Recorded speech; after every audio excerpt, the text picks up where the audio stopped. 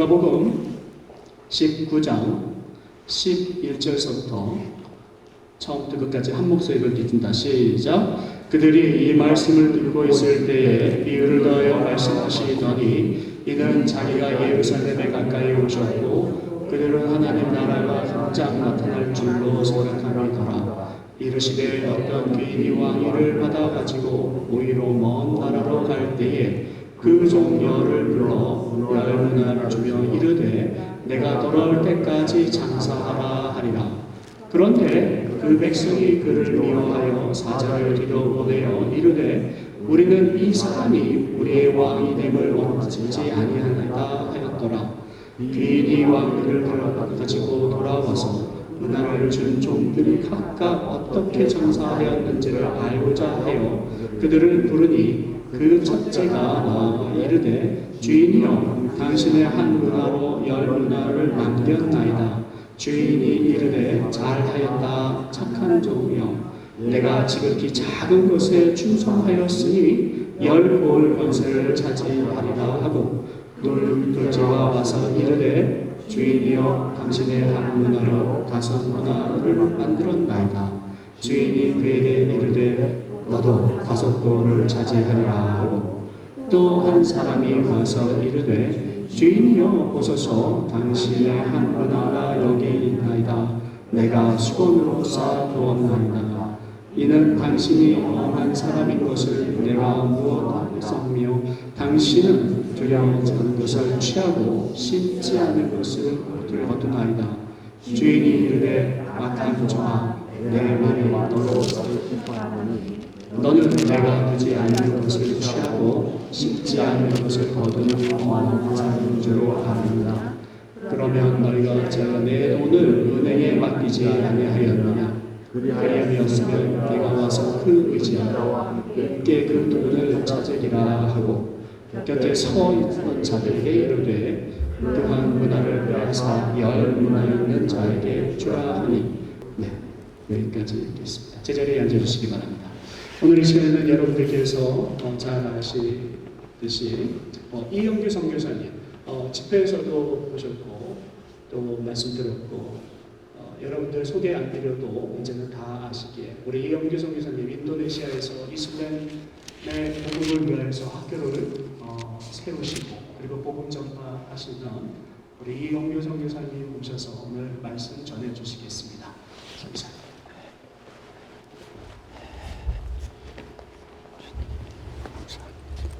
박수 한번. 네.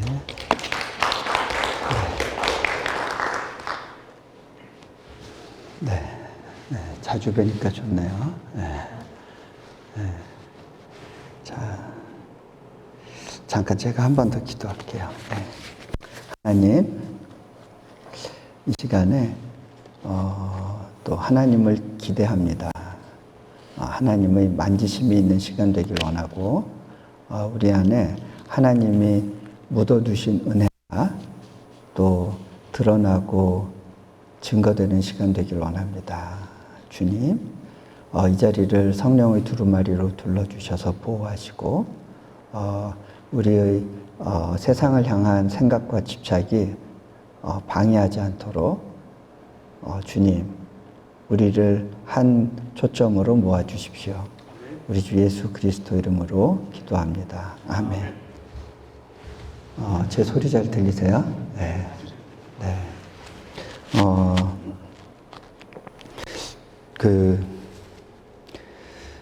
여러분들 시험을 잘 보시는 방법이 있어요.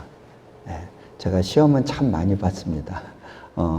대학교 이제 박사과정 마치고는 이제 더 이상 나를 시험할 사람은 이제 내 인생이 없을 거다.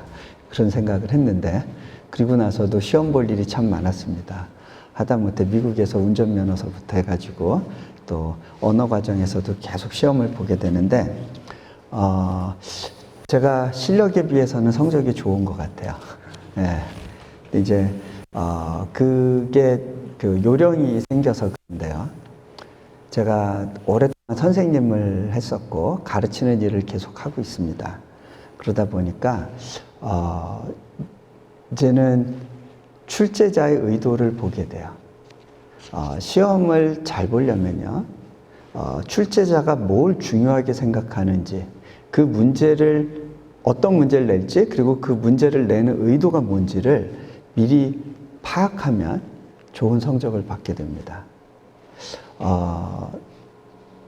제가 이렇게 보면 예수님께서 오늘 굉장히 중요한 이야기를 하고 계세요. 자, 종말에 관한 이야기를 하시는데, 누가복음에서는 이 종말에 대한 이야기가 이때가 마지막 있는 일인 것입니다. 예수님이 세상을 떠나시기 한 열흘도 안 되는 시기예요.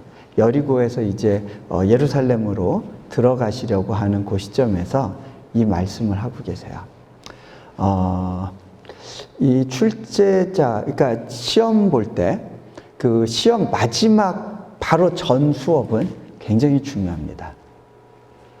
그 수업에서 굉장히 중요한 걸 캐치해야 됩니다.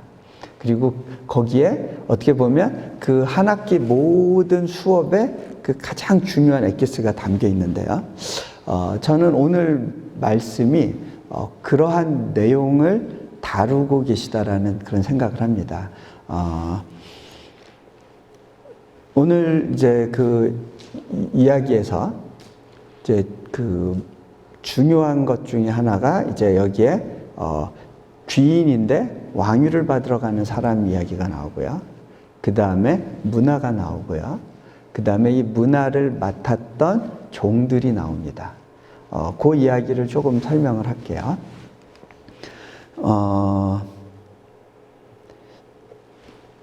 여기서 한 귀인이 왕위를 받으러 먼 나라에 갔다. 이거는 어떤 컨텍스트냐면, 그 고대 근동사회는 이제 제국 질서를 갖고 있습니다. 예, 제국이 여러 민족과 언어 집단과 그 다음에 여러 문화권들을 하나로 아울러서 이제 통치하던 시기입니다. 그 제국 질서 속에서 대부분 이 황제가 통치하려고 할 때 총독을 보냅니다. 근데 총독만 보내는 것이 아니라 때로는 이제 현지 굉장히 언어도 문화도 특별한 그런 그룹들에 대해서 이제 총독만 가지고서는 통치가 안 되니까 그 현지의 유력자, 소위 귀인이라고 하는 사람들을 뽑아서 그 사람에게 이제 왕위를 주고 그걸 통해서 이제 통치를 하게 됩니다. 이제 예수님 당시는 이제 로마 제국이었고요. 로마의 그 황제가 그 현지의 유력자 가문의 한 사람을 뽑아서 왕위를 주고 그 왕가를 계승시키면서 통치하는 경우들이 있었어요. 이 팔레스타인 지역에 이제 헤롯 왕가가 그 중에 굉장히 유명한 왕가 중에, 이게 분봉 왕가 중에 하나입니다. 자, 이제 그러한 시대적인 상황을 세팅으로 해가지고 예수님께서 말씀하고자 하신 건 뭐냐면, 내가 이제 하나님 나라로 돌아간다. 하나님이 이제 황제가 되는 거죠. 이제 내가 이 땅을 떠나서 그 먼 나라로 갈 건데, 하늘나라로 갈 건데, 그리고 나서 내가 언젠가 다시 올 거다. 그때는 내가 계산하는 자, 심판하는 자로 올 거다. 그 말씀을 하시는 거예요. 네. 내가 너희에게 맡겨둔 것을 찾을 거다. 자, 여기에 이제 뭘 맡겨두는지, 문화를 맡겨둔다고 이제 이야기가 돼 있어요. 자, 이 문화의 비유와 또 비슷한 이야기가 그 마태복음에 나오는데, 마태복음에 보면 달란트 비유가 나와요. 자, 이 달란트 비유와 이 문화 비유가 다른 점이 있어요. 공통점이 있고 차이점이 있는데, 이 차이점에 대해서 좀 이야기를 할게요. 일단 화폐 단위가 달라요. 달란트는 굉장히 큰 화폐 단위입니다. 보통 이게 금 달란트도 있고 은 달란트도 있는데, 금 달란트가 금 어느 정도 무게인지 혹시 아세요? 네. 금 한 34kg이에요. 네, 34돈이 아니라 34kg. 네, 그러면 그걸 요즘 시세로 대강 계산하면 한 17억 원 정도. 예. 한 달란트가 굉장히 큰 돈이에요. 예. 그러니까 5달란트, 2달란트, 1달란트 나눠줄 때 이 한 달란트가 적은 돈이 아닌 거예요. 자, 10,000달란트 빚진 종 이야기가 나오죠. 예수님이 10,000달란트라고 이야기하는 건 처음부터 이거는 갚을 수 없는 돈입니다. 예. 자, 이거는 그 10,000달란트를 빚졌다는 건 국고를 완전히 탕진한 케이스예요. 그러니까 그 유대 왕이 이제 그 바벨론에게 붙잡혀가기 전에 거기서 5,000달란트를 만들기 위해서 돈이 없어서 성전의 벽에 붙어 있는 금, 은 이런 거를 뜯어냈거든요. 이게 한 나라를 운영하는 데 필요한 자금인 거예요. 10,000달란트는. 갚을 수 없는 돈 이야기를 하고 계신 거예요. 자, 이 5달란트, 2달란트, 1달란트도 큰 돈이에요. 자, 문화는 어느 정도의 화폐 단위냐? 한 노동자의 석 달치 임금. 그러면 그 달러로 계산하면 대강 미국 시세로 얼마 정도 되겠다. 이제 계산이 나오시죠. 아주 큰 돈은 아니에요. 예. 하지만 또 아주 작은 돈도 아닙니다. 자, 근데 이 달란트 비유와 문화 비유에 있어서 결정적인 차이가 뭐냐면 달란트 비유에서는요, 각각 다른 단위로 나눠줍니다. 그 차등을 둬요. 5달란트, 2달란트, 1달란트. 그런데 오늘 문화 비유에서는요, 10종에게 각각 한 문화씩 나눠줬다고 돼 있어요. 자, 그러면요, 한쪽에선 다른 액수를 나눠주고, 한쪽에선 같은 액수를 나눠주고. 자, 이 같은 돈 이야기지만 지칭하는 대상이 다른 겁니다. 자, 어떻게 다르냐? 우리가 인생을 살다 보면요, 각각 다른 것을 받았다고 느낄 때가 있어요. 그렇죠? 네. 예를 들어서 어떤 사람은 미국 시민권자로 태어나고요. 어떤 사람은 한국 사람으로 태어나고요. 어떤 사람은 인도네시아에서 태어나고요. 어떤 사람은 미국 내에서도 덴버에서 살고, 어떤 사람은 뉴욕에서 살고, 다 다른 것을 받았어요. 저희 집에 아이가 4명이 있는데 4놈이 성격이 다 달라요. 예. 식성도 다 달라요. 뭐 타고난 게 다 달라요. 저희 큰아이는 어딜 가든지 한 번 간 길은 다 기억을 해요. 예, 방향 감각이 탁월해요. 근데 저희 둘째는요, 집 밖에서 길을 못 찾아요. 집을 못 찾아갈 정도예요. 예. 같은 집안에서 태어났는데 애들이 달라요. 첫째, 둘째는 야, 이놈 조용히 해. 그러면 조용히 했어요. 셋째, 넷째는 대들어요. 예. 다 달라요. 넷째는 얼마 전에 코에다 콩을 집어넣어가지고 실험 정신이 아주 탁월해요. 저희 집에 그런 애가 없었는데, 예. 그러니까 애를 키울 때마다 그 새로움에 이렇게 당혹하고 이렇게 충격을 받을 때가 있어요. 자, 각각 다른 것을 받고 태어났죠. 자, 그게 어떤 사람은 부유한 부모 밑에서, 어떤 사람은 가난한 부모 밑에서 받고 나오는 게 다르죠. 그런 게 바로 달란트일 거예요. 자, 그런데 우리가 인생을 살면서 똑같이 받는 게 있어요. 자, 어떤 거냐? 한 부모를 받죠. 한 나라를 받죠. 그리고 한 지역에서 살아요. 한 교회를 섬겨요. 한 은혜 가운데 있어요. 그렇죠? 한 하나님에게. 또 한 번의 인생에 한 번의 기회를 받아요. 하나씩 받는 게 있어요. 그것이 문화에 가까운 것 같아요. 근데 이 문화가 의미하는 것, 여러분에게 의미할 수 있는 또 하나에 대해서 제가 말씀의 마무리에서 다시 한번 설명을 드리겠습니다. 자, 그 다음에 여기에 이제 여러 등장인물들이 나오는데요. 여기서 백성들 이야기까지는 할 시간이 없을 것 같아요. 네, 백성들 이야기는 그래서 일부러 끝에 안 읽었어요. 자, 여기서의 포커스를 일단은 이 10문화 남긴 사람, 5문화 남긴 사람, 1문화 묻어둔 사람, 이 3명에 대한 이야기를 좀 해야 될 것 같은데요. 자, 여기에 10명이 있었는데 등장인물로 주목받으면서 나온 사람은 딱 3명이에요. 자, 그런데 여기에 보면 이 3사람 중에 누가 주인공인 것 같으세요? 예수님이 누구에게 주목하고 계신 것 같아요? 이 이야기 하시는 의도가 누구를 염두에 두고 하시는 걸까요? 열무나? 한무나. 그건 아시겠죠? 한무나 묻어둔 사람 때문에 이 얘기하고 계신 거예요. 좀 안심하세요. 지금 나 열무나까지는 안 될 것 같은데 이렇게 긴장하시는 분들. 자, 하나님의 관심이 일단 예수님의 관심이 한무나 묻어둔 사람. 근데 이 사람이 안타깝게도 야단을 맞았어요. 악한 종아 소리를 들었어요. 왜 그랬을까요? 이 사람, 근데 왜 한문화를 묻어뒀을까요? 네? 여러분들은 왜 묻어두세요? 안 묻어두시고 열심히 쓰시나요? 왜 한문화를 묻어두게 될까요? 어떤 때 여러분들은 교회에서 섬기고 싶지 않고 이런 날 빠지고 싶고 왜 그럴까요?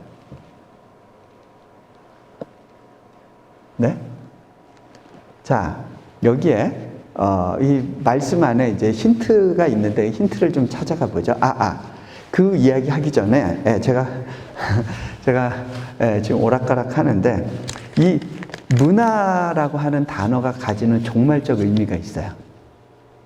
그거 얘기하고 그러니까 한번 생각해 보세요. 저기 왜 이 한문화를 묻어둔 사람이 야단 맞은 걸까? 그리고 이 사람은 왜 묻어놓았을까? 한번 생각을 해보세요. 자, 이 문화가 종말적인 의미가 있어요. 굳이 예수님께서 이 상황에서 문화라고 하는 단어를 써서 이야기하시는 이유가 있는데 그게 왜 그러냐? 이 문화는 아람어예요. 이 아람어인데 이 뜻이 무슨 뜻이냐면 달아본다라는 뜻이에요. 그러니까 영어로 way 또는 wait 이런 뜻인데 자, 이 단어가 구약 성경에서 한번 나와요. 어느 세팅에서 나오느냐면 다니엘서에 보면요. 다니엘 시대에 이제 벨사살이라는 바벨론의 왕이 있었는데 이 사람이 굉장히 교만한 왕이었어요. 그래서 막 잔치를 벌일 때 예루살렘 성전에서 가져온 집기를 내다가 놓고 거기서 술 따르면서 파티를 했어요. 그때 하나님의 심판의 메시지가 딱 임하죠. 손이 나타나서 벽에 글씨를 써요. 혹시 뭐라고 썼는지 기억하시는 분 있으세요? 그동안 먹고 사는 게 너무 힘드셨죠? 자, 충분히 이해합니다. 자, 뭐라고 썼냐면, 자, 메네, 데겔, 우바르시. 이게 아람어예요. 이 바벨론 궁정에서는 아람어가 좀 익숙하지 않았을 거예요. 그래서 이제 바벨론에 있지만 그 아람어가 모국어 중에 하나였던 이제 다니엘이 그거를 이제 풀어주는데 메네가 문화예요. 이 모음을 표기를 그러니까 우리가 여호와라고도 하고 야훼라고도 하잖아요. 같은 단어지만 모음을 어떻게 붙이느냐에 따라서 조금씩 표기가 달라지거든요. 자, 메네 달아봤다는 거야. 달아보고 달아봤는데 데겔 우바르시 기준 미달이다요. 그래서 나뉠 거다. 심판의 메시지예요. 달아본다. 하나님께서 사람을 바라볼 때 달아보시는 부분이 있는 거죠. 문화라고 하는 단어가 이제 그거를 보여주고 있는 거예요. 자, 근데 자, 이 한 문화를 받은 사람이 왜 묻어뒀을까요? 네. 여기에 이 한 사람이 뭐라고 주인한테 얘기하죠? 당신은 엄한 사람이다. 네, 잃어버린다고 생각할 수 있을 것 같아요. 네, 불안했을 거예요. 자, 이 주인을 볼 때 불안하고 두려운 마음이 있었어요. 주인의 성품에 대해서 한 가지 오해한 것이 있었어요. 주인은 엄한 사람이다. 뭐라고 얘기하냐면 당신은 주지도 않으면서 찾으시는 분입니다. 자, 여러분들 이 땅에서 사시면서 내가 받은 게 없다라고 생각하셨던 경우들이 있을 겁니다. 하나님, 내게는 안 주시면서 뭘 자꾸 그렇게 요구하세요?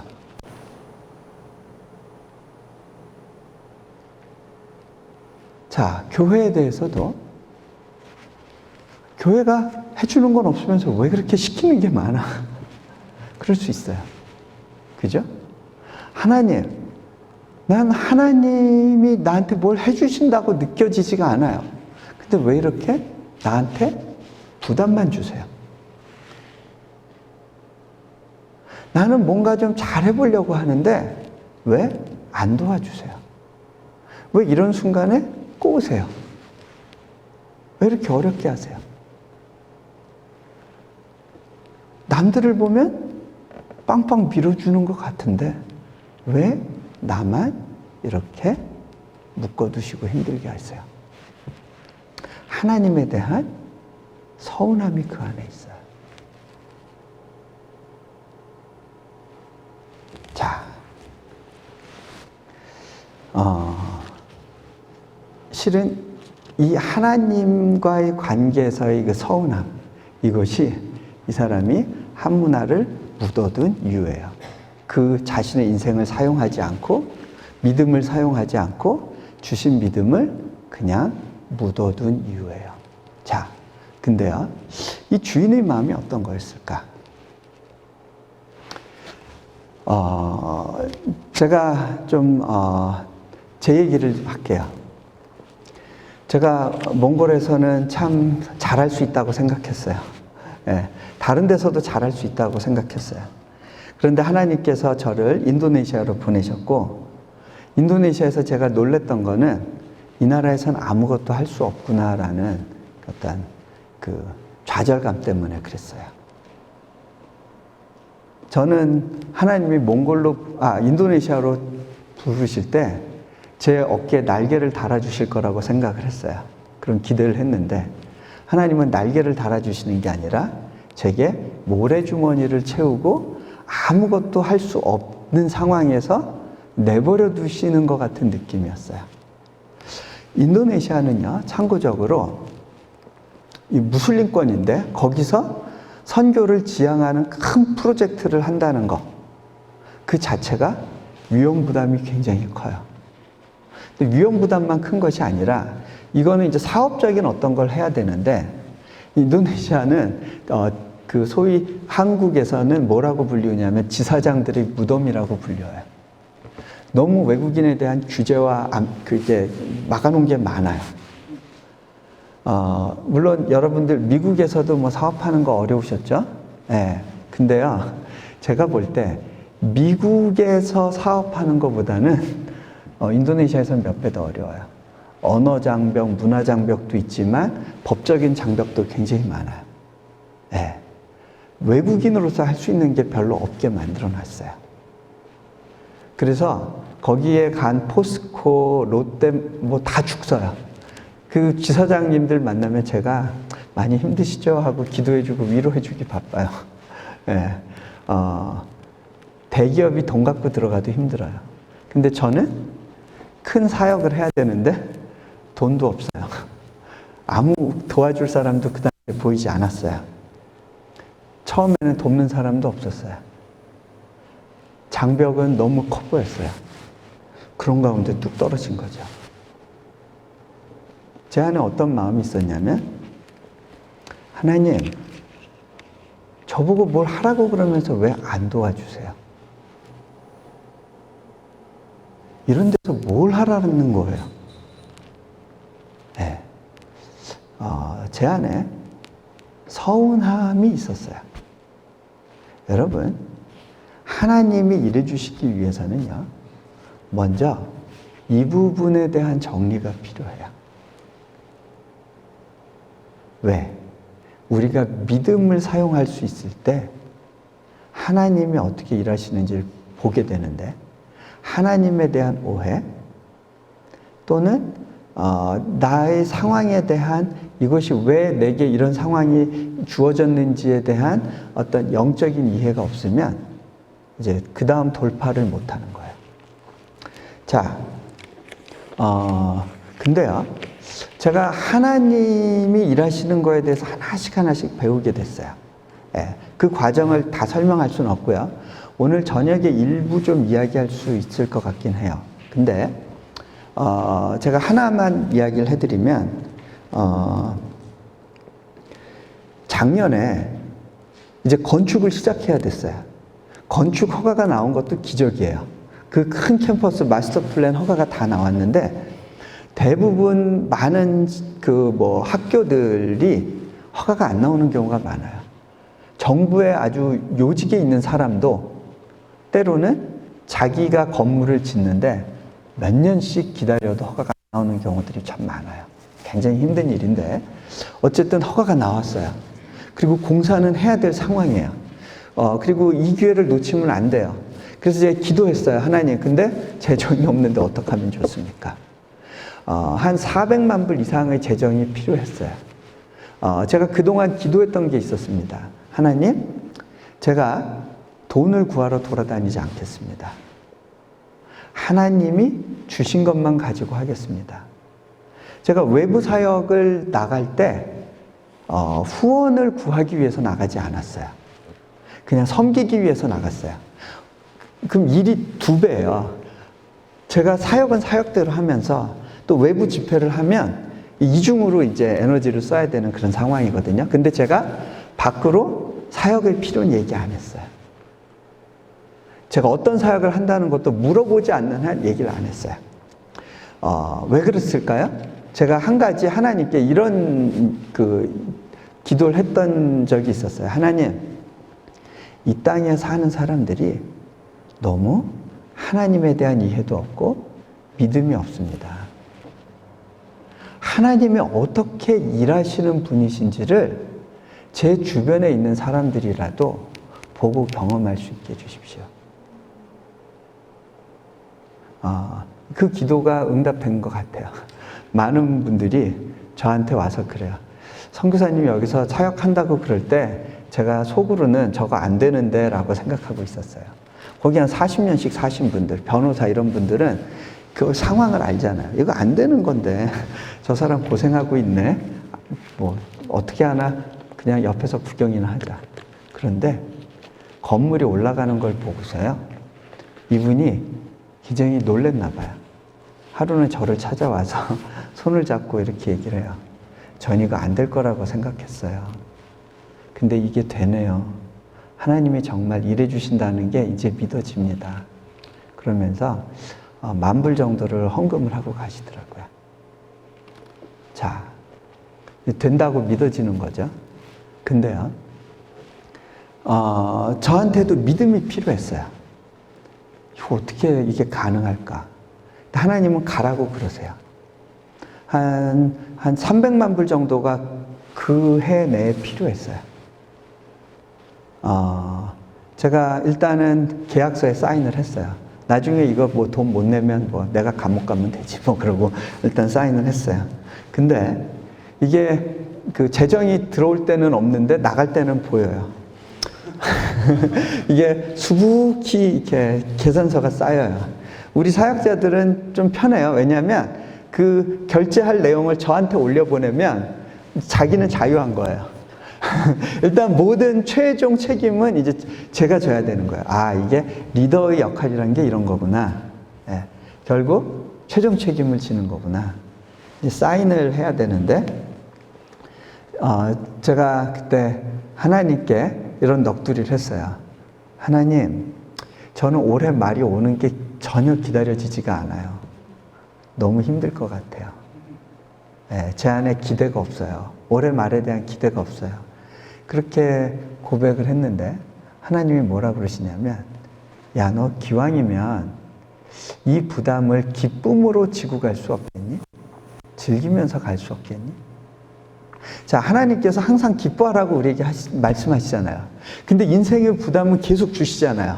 언제까지 주세요?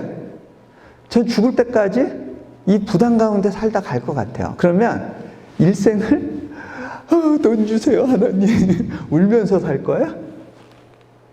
그 생각이 드는 거예요. 하나님이 그러라고 저를 선교지로 보내고 일시키시는 게 아니라는 생각이 드는 거예요. 평생을 주세요 주세요 그러면서 금식하다가 그렇게 시간을 보낼 수는 없겠다. 그래 하나님 제가요 한번 기쁘게 살아볼게요.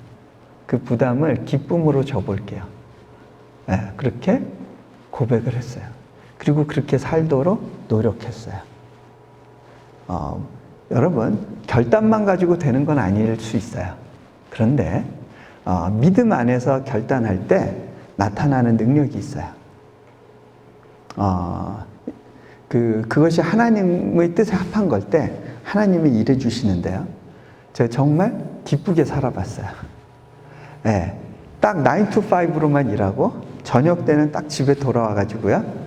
가족들하고 재밌게 지냈어요. 또 사역자들 불러내서 같이 밥 먹고 아내하고도 단둘이 데이트하는 시간도 확보하고 그렇게 기쁘게 살아봤어요. 자, 제 얼굴 한번 보세요. 네, 찌든 얼굴이에요. 30억 정도의 빚진 얼굴이에요. 여러분 30억 정도 빚졌으면 어떤 얼굴이실 것 같으세요? 제 표정이, 제 얼굴이 아무래도 여기 집회 중에 뵙는 얼굴보다 제가 더 밝아 보여요. 어떠세요? 좀 더 환경 편한 데서 살면 좀 더 밝은 얼굴이어야 될 것 같은데 인도네시아 좀 험한 데거든요. 많이 덥고 힘든 데거든요. 그렇다고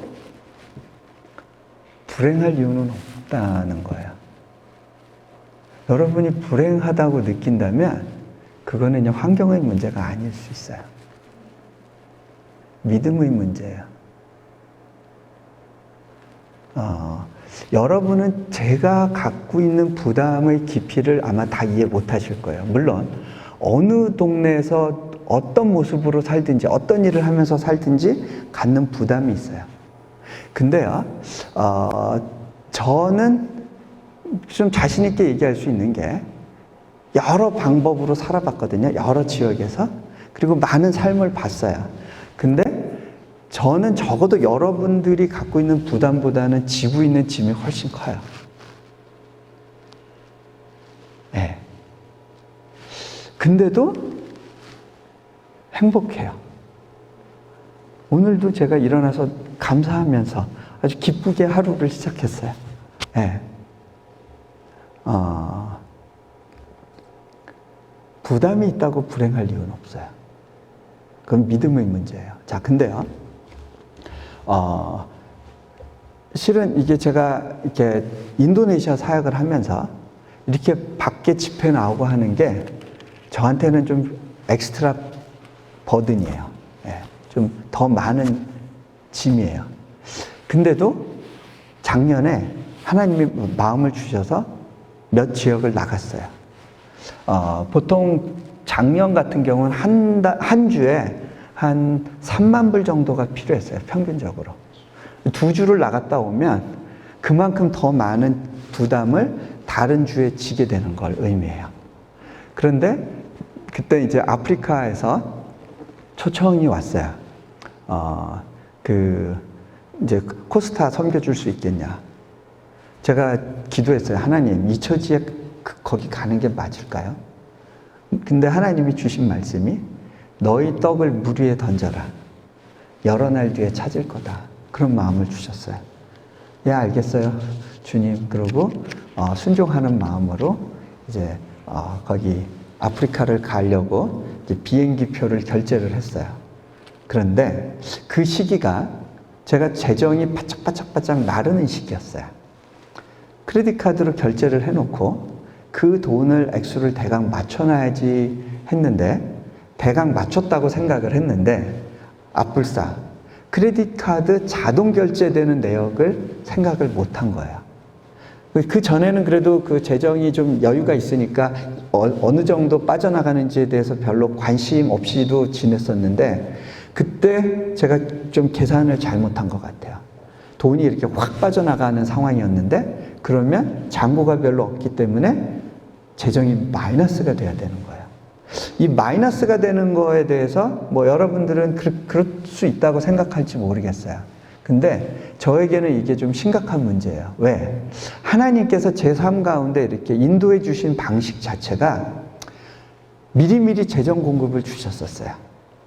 뭐 미국에서 공부할 때도 그랬고, 몽골에 갈 때도 그랬고, 인도네시아에 갈 때도 그렇고, 하나님이 재정적으로는 너무 빡빡하게 안 하셨어요.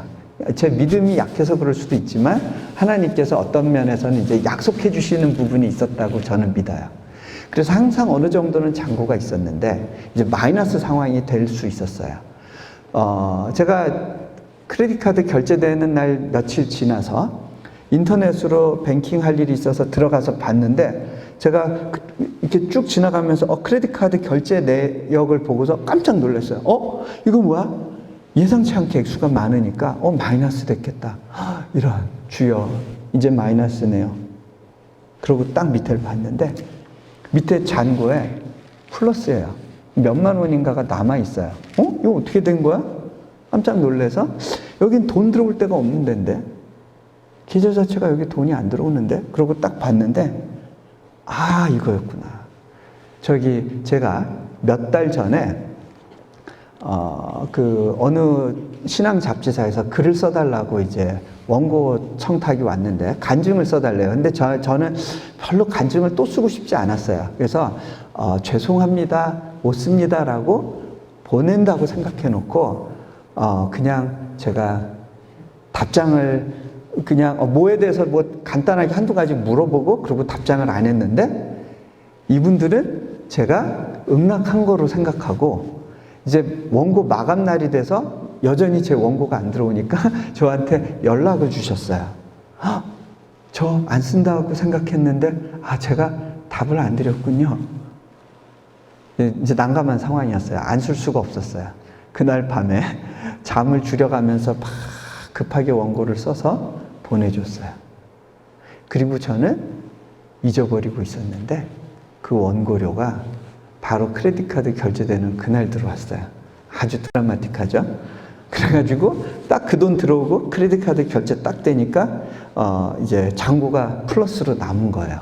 제가 그걸 보고서야 속에서부터 웃음이 막 터졌어요.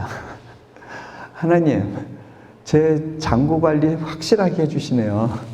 그러면 저희 재단의 건축 계좌도 관리해 주시겠죠? 그러고서는 웃으면서 이제 아프리카에 갔는데, 아프리카에 가 있는 동안에 떡을 물 위에 던지라고 하셨잖아요. 아프리카에 갔는데 뉴저지에 있는 한 집사님한테서 연락이 왔어요. 선교사님, 저희가 일주일 내내 새벽 기도 중에 선교사님에 대해서 계속 하나님의 마음을 주셔서 계속해서 중보하고 있었습니다. 그런데 하나님이 주신 마음이 선교사님이 지금 재정적으로 굉장히 어려울 거라는 마음을 주세요. 제가 아내와 같이 상의했는데 아내랑 같은 마음이어서 제가 편지를 보냅니다. 혹시 제 머릿속에 계속 떠오르는 숫자가 113인데 그게 어떤 의미인지는 잘 모르겠지만 혹시 113만 불 필요하세요? 저한테 물어보는 거예요. 예, 저 필요했어요. 그랬더니 그 돈이 저희 계좌로 들어왔어요. 그 재단으로. 근데 제가 딱 그걸 보고 이제 재정 보고를 봤는데 이제 앞으로 10억 원 정도 모이면 된다라는 이제 계산이 나왔어요. 근데 제 마음에 이제 10억 원이면 되는 거야? 그런 마음이 들었어요. 제가요, 간땡이가 부었죠. 저는요, 쫌생이 서생 출신이에요. 학자 출신은 이 계산이 정확하고 확실해야 한 발씩 움직여요. 근데 저는 이제 그 계산이 안 되는 세상에서 지금 살고 있는데, 그런 가운데, 몽골에서는요, 100불을 위해서, 1000불을 위해서 하나님께 달라고 기도했었던 것 같아요. 그러다가 어느 시기가 되니까 10,000불이 필요했고, 10만 불이 필요했어요. 이제는 100만 불의 필요를 보게 됐고, 그걸 놓고 기도하면서, 이제 이거면 되는 거야? 네. 지금 어떻게 되는 거예요? 가랭이 찢기. 하나님의 스트레칭이 일어나는 거예요. 제일 속 좁은 사람을 뽑으셔서 가랭이 찢기를 하시는 거예요. 왜 그럴까요? 네. 하나님의 계획이 뭘까요? 자, 오늘 말씀에 보면요. 왜 이 사람, 이 한 문화를 묻어둔 사람이 오해를 하고 있는 거냐면요. 자, 이 주인이 한 문화를 맡긴 의도를 오해했기 때문에 그래요. 야, 너 이 한 문화 가지고 열심히 장사해가지고 날 부자 되게 만들어줘. 그게 이 주인의 의도가 아니에요. 이 10문화 남긴 사람한테 주인이 뭐라고 얘기하냐면 네가 작은 일에 충성했구나. 네. 목사님이 기도를 열심히 하시고 목회를 아주 헌신적으로 하셔서 여기 이 자리가 꽉 찼다고 생각해 보세요. 그러면 그것도 역시 하나님 보실 때는 작은 일이에요. 여러분이 사업에 성공을 해서 한 1,000만 불 벌었는데 그 중에 한 500만 불을 헌금을 했다. 그래도 그거는 작은 일이에요. 하나님의 일차적인 관심이 우리한테서 뭘 받는 데 있지 않아요. 주인은 실은 부자가 되는 거에 대한 관심은 없었던 것 같아요. 이미 부자예요. 그럼 주인의 관심은 뭐냐? 그 뒤에 보면 나와요. 10문화 남긴 사람한테 이야기해요.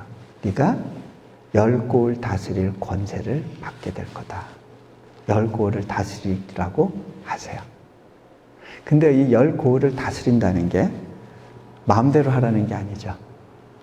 주인의 의도가 뭐냐면 왜 한 문화를 줬느냐면 내가 왕위를 받아갖고 왔을 때 나의 마음을 가지고 나와 같이 통치할 사람이 누굴까를 찾으시는 거예요. 그게 주인의 마음이에요.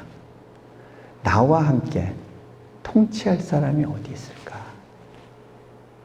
그래서 그 통치자를 찾기 위해서 문화를 맡겨본 거예요. 이 문화의 목적은 뭐냐면 통치 훈련이에요. 저는 그래서 그 훈련을 받고 있다고 생각을 해요. 제 그 사역의 목표는 뭐냐면 여기서 내가 어마어마한 사역을 해가지고 굉장히 그 일 잘하는 선교사로 알려지는 거에 대한 관심은 없어요. 저의 유일한 관심은 하나님의 통치 훈련에 참여하는 거예요. 여러분, 이 통치 훈련이라는 건요, 때로는 혹독해요. 이 록펠러가 자기 가문에서 상원의원을 만들려고 했을 때 첫 번째 가동한 프로그램이 있어요. 아주 혹독한 프로그램이에요. 제가 재벌집 가문에 이렇게 사람들을 좀 만날 일이 있었는데 이 사람들 굉장히 혹독한 훈련 프로그램 속에 있었어요. 뭔가 기업을 이어받는다는 건요, 자격이 필요하고 준비가 필요해요. 거저 주어질 수가 없어요. 그러면 그 사람도 망하고 기업도 망해요. 하나님의 프로젝트 가운데 하나님이 우리를 찾으시는 이유는 같이 일해주지 않겠니? 자, 그래서 우리가 충성할 때 주어지는 보상이 뭐냐면요, 더 큰 책임이에요. 10,000불의 필요를 가지고 충성을 했더니 100,000불의 필요를 갖고 싸워야 되는 거예요.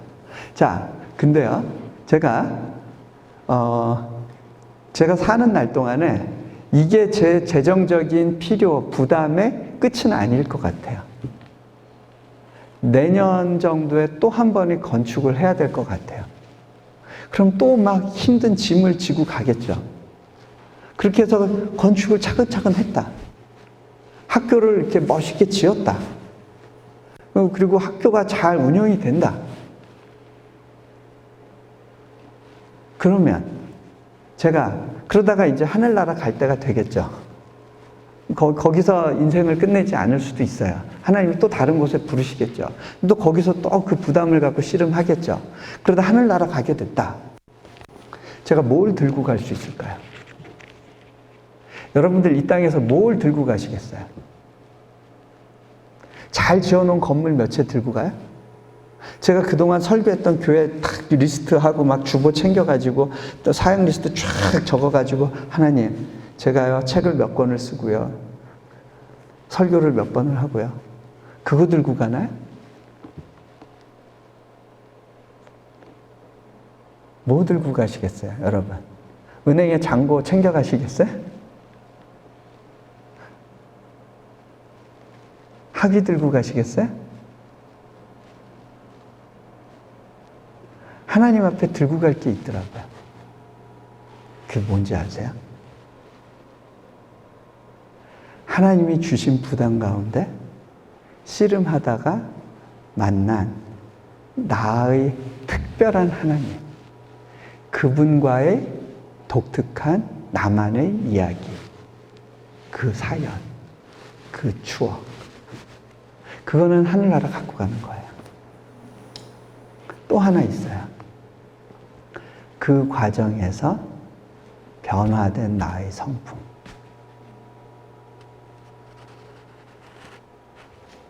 그 성품 들고 하늘나라 가는 거예요. 자,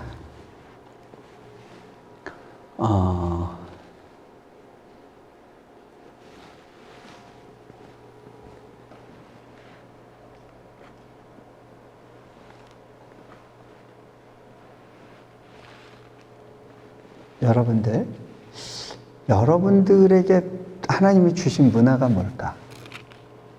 그것만 얘기하고요. 말씀을 마무리할게요. 여러분이 받은 문화가 뭔가? 자, 여러분이 이 땅에서 사시다가 어려움을 당하셨을 거예요. 그죠? 어려움, 하나님의 관심은요, 여러분, 하나님이 말씀하세요.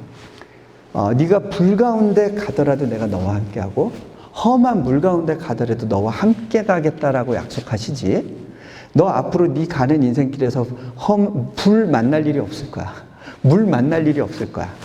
다 가지치고 너를 안전하고 편안하게 아주 좋은 상황으로만 인도해서 너를 그렇게 해서 삶을 마무리하게 해주겠어. 그렇게 약속하지 않으세요. 여러분 가는 길 가운데 험한 물과 불을 만나요. 자, 근데 만나는 방식 가운데 어떤 경우는요, 사방으로 우겨싸임을 당하는 것 같은 총체적인 난국을 경험할 때가 있어요. 아니, 사업도 망했지, 빚쟁이들은 쫓아오지, 그런데 부부간의 관계도 안 좋지, 또 거기다가 또 부모님은 편찮으시지, 암에 걸렸다 그러지, 애들은 지금 방황하고 막 나가지, 어떻게 꼬여도 이렇게까지 꼬일 수 있냐라는 그런 상황이 있어요.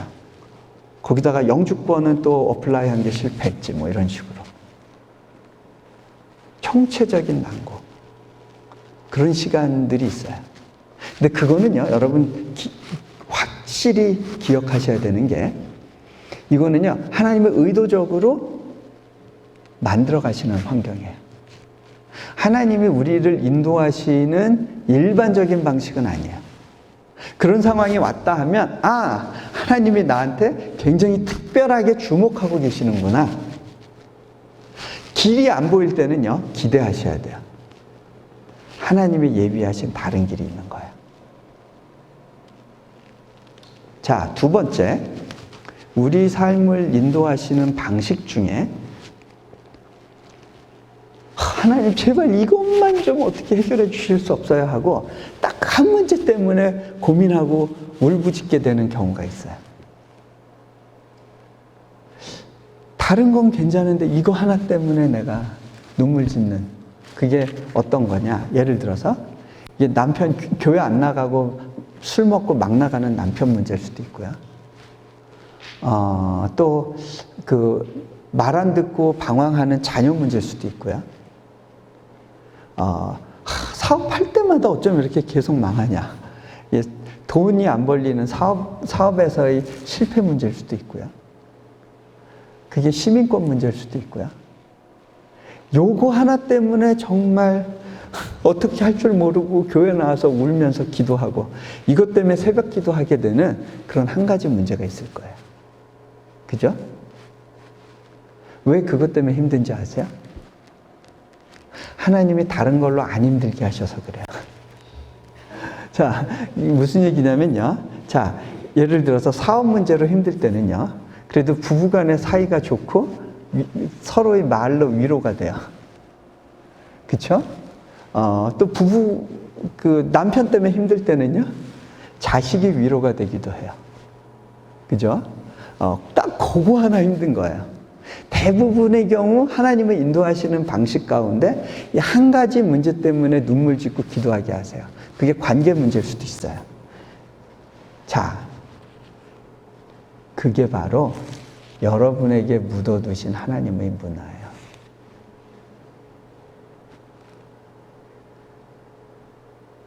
그걸 통해서 우리가 하나님을 경험하고 하나님의 마음을 누리게 하세요.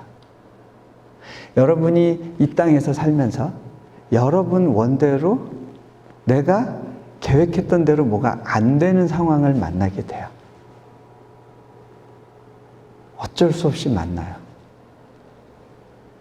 원하는 대로 안 돼요. 근데 그 상황이 하나님이 여러분에게 특별하게 허락하신 문화라는 걸 기억하세요. 그때 그거 그냥 묻어두지 마세요. 회피하고 그 주인에 대한 원망함을 갖지 마세요. 오히려 그걸 통해서 통치 훈련으로 나아가셔야 돼요. 얼마나 많이 남기는가가 중요한 게 아니에요. 하나님의 관심은 우리의 성장에 있어요. 같이 기도합니다.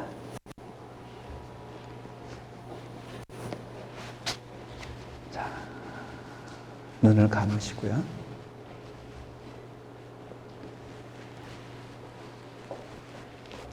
여러분 가운데 혹시 하나님에 대한 서운함이 있었던 분이 있을지 모르겠습니다. 하나님, 도대체 언제까지 기다리게 하실 건가요? 얼마나 더 기다려야 됩니까? 그런데 돌아보니 실은 주님이 우리를 더 기다리고 계셨습니다.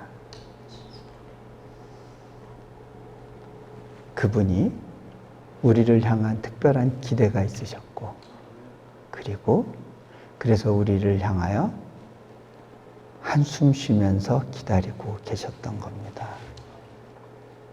그 마음을 이해할 때 우리 문제가 더 이상 문제가 아닌 것이 됨을 보게 됩니다. 그 어떤 부담 가운데서라도 웃을 수 있고 기뻐할 수 있고 하나님을 기대하며 그 삶 가운데 영향력을 흘려보낼 수 있게 됩니다. 하나님께서 내게 고난의 문화를 주셨다 하더라도 그것 때문에 힘들어하지 마시고 주님을 더 누리시고 성품의 변화로 나아가도록 그렇게 훈련받으시지 않겠습니까? 여러분 안에 가지고 있었던 하나님에 대한 서운함, 내 기대와는 다르게 반응해 주셨던 그 하나님을 이 시간 다시 찾으시지 않겠습니까? 내가 원했던 삶, 내가 원했던 인생이 이게 아닌데요. 다른 걸 원했는데요. 주님은 말씀하십니다. 내가 너를 향한 아주 큰 기대가 있는데 너와 함께 이 땅을 통치하는 거야. 그러려면 네가 진정 나의 마음을 알아야 되고 배워야 된단다. 너를 그대로는 사용할 수가 없기에 내가 너를 그 연단의 과정 속에서 부담을 안겨주는 거라면 너 그것을 기쁨으로 받아낼 수 있겠니? 그것이 주님의 마음임을 여러분 깨닫고 고백하시지 않겠습니까? 같이